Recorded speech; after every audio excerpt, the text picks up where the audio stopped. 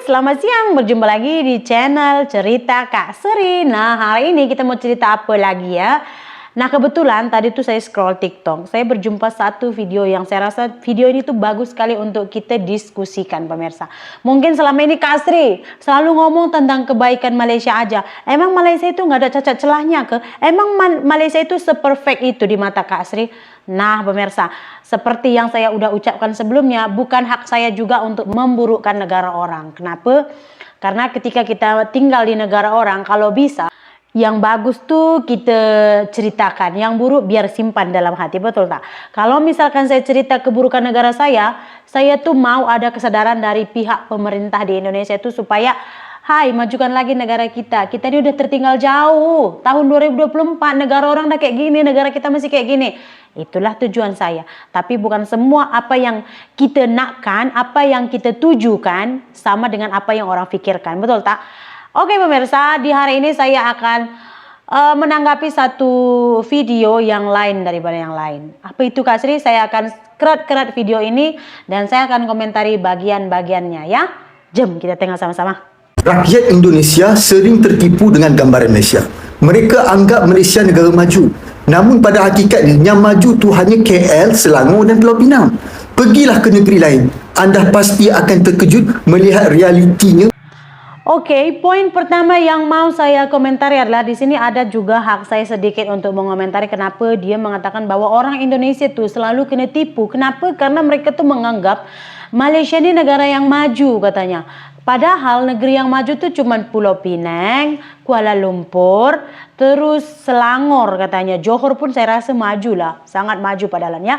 Oke, kenapa orang Indonesia selalu bilang, Malaysia itu jauh lebih maju dari Indonesia? Karena mereka membandingkan dengan negara Indonesia. Mereka tidak membandingkan antara Pulau Pinang dengan Perak, antara Selangor dengan Kuala Lumpur, antara antara Perlis dengan Johor. Kita nggak membandingkan negeri-negeri yang ada di Malaysia, kita membandingkan dengan negara kami.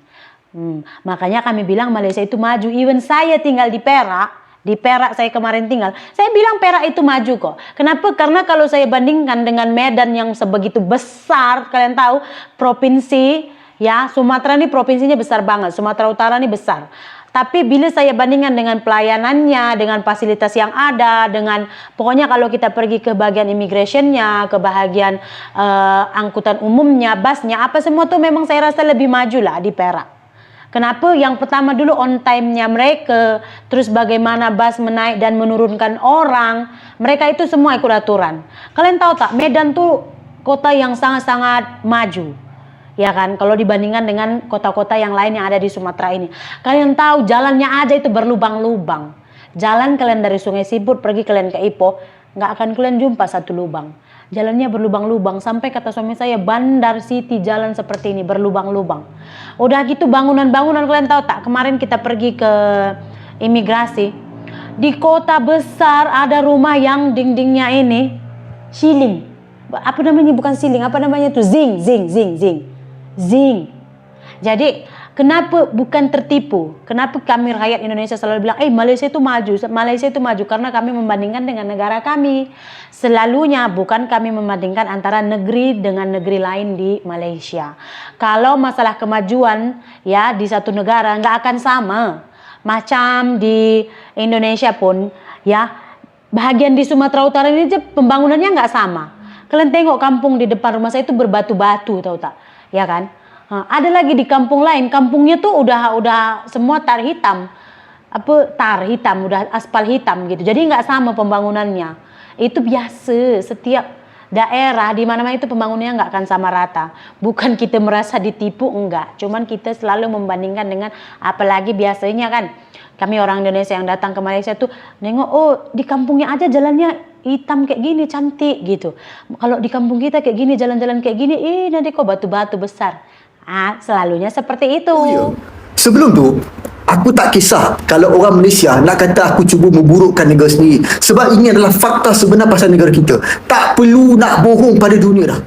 Oke, poin nomor 2 yang dia bilang itu pemirsa, dia tak kisah sebenarnya. Kalaupun orang Malaysia nak kecam dia karena memburukkan negara dia tak kisah. Sebabnya dia buat video ini tuh untuk menyentil, untuk membangunkan pejabat-pejabat biar mereka itu bangun.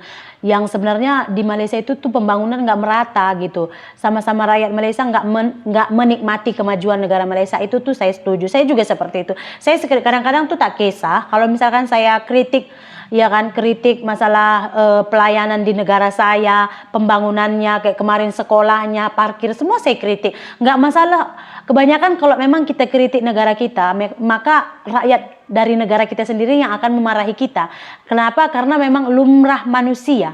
Dah memang biasa kalau orang tak suka keburukan negaranya itu didedahkan, keburukan negaranya itu ditampilkan, orang semua tak suka. Saya pun kalau orang terlampau memburukkan negara saya, memang saya tak suka. Tapi kalau yang dia cakap itu benar adanya, saya nak kata apa?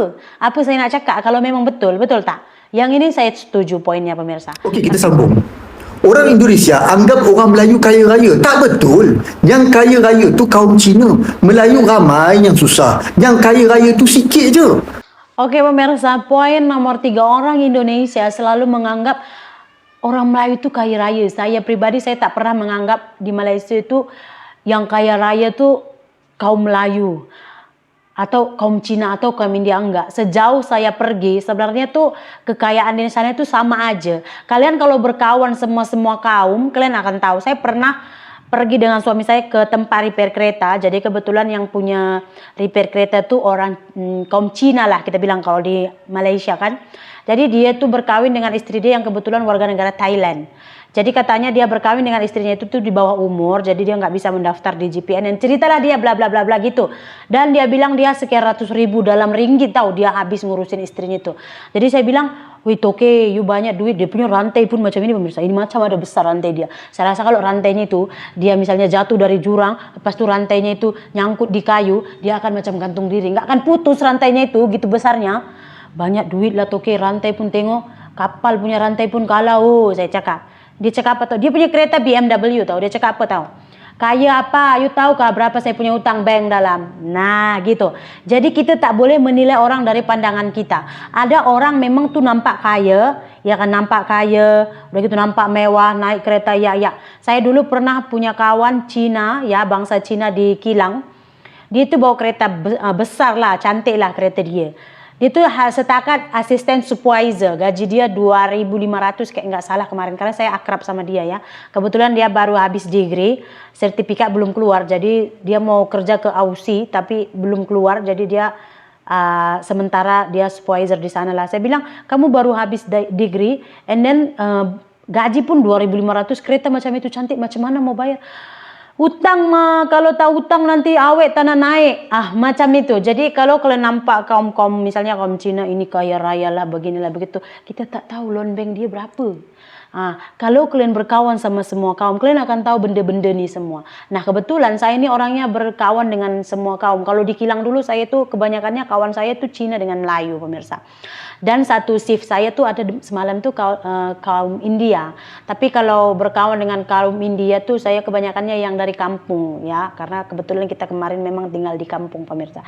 Jadi pada pandangan saya tak tahulah yang kaya di Malaysia itu siapa, ya kan? Kalau contoh kita tengok orang Melayu nih, dia pakai kereta buruk-buruk, entah buruk-buruk, dia setiap minggu pergi ke mall belanja, 1.000-2.000 dia habis. Kenapa? Dia tak payah fikir hutang, ya kan? Gaji dia 5.000, dia boleh belanja apa dia nak, habis 1.000, ada balance 4.000 lagi. Boleh dia pergi.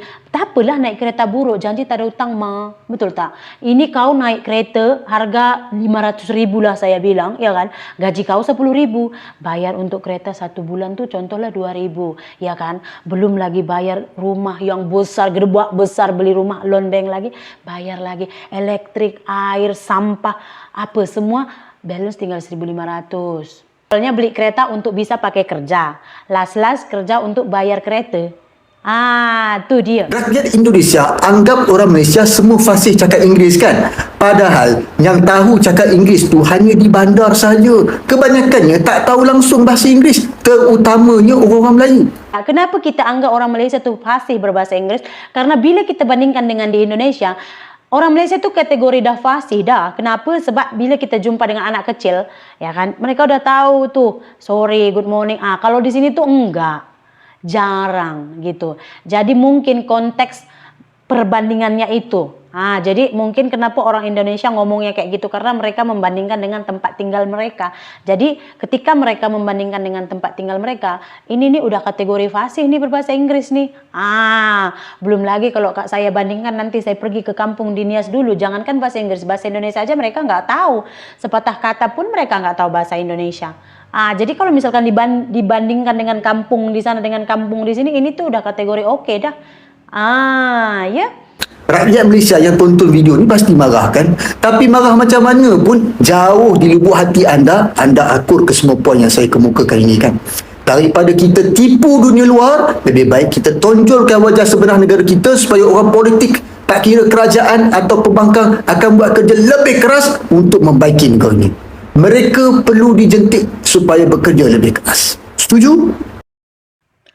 Bagaimana pemirsa, setuju tak setuju kalian dengan pernyataannya ya? Memang nggak akan banyak ya kan masyarakat yang berani bersuara seperti brother nih. Kenapa? Orang selalunya tak nak menunjukkan keburukan negaranya, apalagi ke dunia luar. Selalunya kita akan menunjukkan kelebihan kita dari negara lain. Yes, manusia semuanya seperti itu pemirsa. Tapi kalau kalian ada sifat cinta tanah air, patriotisme lah, kalian mau negara kalian itu maju, ya kekurangan di negara kita ini kalau bisa tuh kita tonjolkan supaya apa? Supaya ada perubahan pemirsa. Tapi yang saya tak suka dari dia ini adalah dia terlalu merendahkan satu kaum. Harusnya kalau memang kita mau mengkritik negara kita, kritik saja pemerintahannya, kayak jalan-jalannya, fasilitasnya, angkutannya, pokoknya itu kan bagian pemerintah. Tapi kalau kaum yang lain, saya aja kalau saya berbicara tentang negara saya akan berbicara tentang bagian pemerintahannya, bagian penduduknya, pokoknya bagian pemerintah. Tapi saya nggak pernah merendahkan satu kaum gitu. Kalaupun misalnya saya berbicara orang Karo memang adatnya seperti ini, yes, saya hanya mengatakan kalau adat-adat dan kebiasaan orang Karo. Tapi saya nggak pernah bilang dari sekian suku yang ada di Indonesia ini orang Karo yang paling bodoh, memang malas, nggak pernah gitu. Itu yang saya sayangkan. Boleh aja kita nak kritik ya kan negara kita, tapi jangan merendahkan kaum-kaum tertentu. Kenapa? Karena itu akan menyakitkan kaum tertentu. Begitu. Oke lah, terima kasih banyak. Kalau kalian ada kolom komentar apa-apa tuh boleh tulis di kolom komentar di bawah. Terima kasih banyak. Kita jumpa lagi di video berikutnya. Bye.